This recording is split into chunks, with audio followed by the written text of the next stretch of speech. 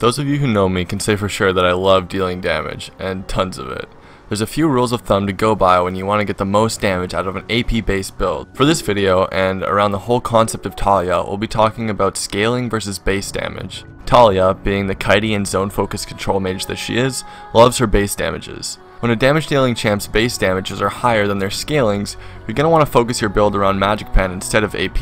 This is because your base damages will be more affected by magic penetration than ability power. Small caveat, this build is best versus AP laners, but it can work against anyone. With all this in mind, here's a full magic pen build for Taliyah that deals a crazy amount of damage, but also has some amazing utility on top of it. Starting off with runes, we'll take full magic pen reds, HP per level yellows, and ability power blues and quints. The ability power blues, while not helping the pen of the build obviously, add a ton of early power to Taliyah's already strong laning phase, to give her lots of kill potential. If you're against a really safe laner, feel free to swap out these for MR or even scaling CDR. Masteries are also pretty standard, Wanderer for roaming and Thunder Wars for more early power. Quickly though, I take precision over intelligence because Taliyah often uses an auto attack or two in her combo. During her Q animation, it's nice to have that little extra dual pen during laning phase to add even more early power and solo kill pressure.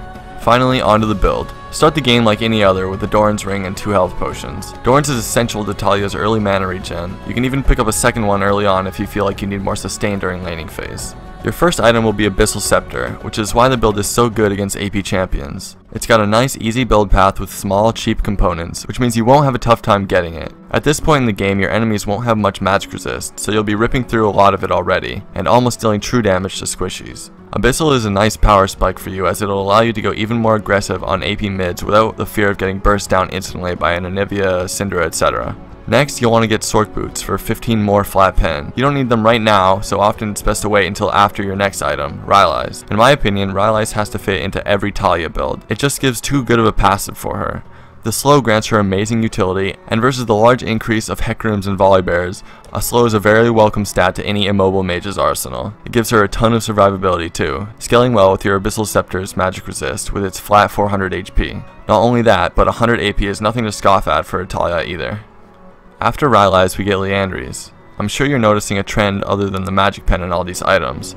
Every item we've gotten so far has offensive stats and defensive stats, making this build extremely efficient.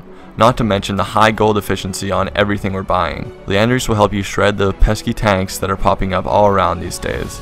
Not just with its additional 15 pen, but with the HP shredding passive as well. This item has a bit of an odd build path when your inventory is as full as it is already, but is a great buy at this point in the game and it can help you start dealing a bunch of mid to late game damage. And the item you've all been waiting for, Void Staff. It's obviously key to any AP mage's build, especially this one, as it's based around Magic Pen. And what better a Magic Pen item than Void Staff itself? Void will really round out the build and give you all the damage you need for late game. Lastly, you can finish off your build with Rabadons to give you a great 6 item damage spike. It's tough to build as a 6th item, but it's where it gives you the most efficiency.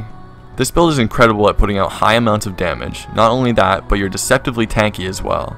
Your job as Taliyah with this build is to try and catch and one-shot carries whenever you get the opportunity. When you aren't one-shotting Ashes with bad positioning, you should be kiting around fights and getting off all your pen on the front line, and slowing them so your AD carry has time to put out their damage as well. Full pen Taliyah not only has high damage and survivability, but the utility output is insane too. The kiting potential Taliyah gets from RYLAISC makes a world of a difference in a team fight. Thanks for watching everyone, and I hope you learned from this video and get your practice in with this build before Taliyah gets nerfed to the ground. If I can get 400 likes, I'll do a video for on-hit Nashor's Taliyah, so like if you want to see it.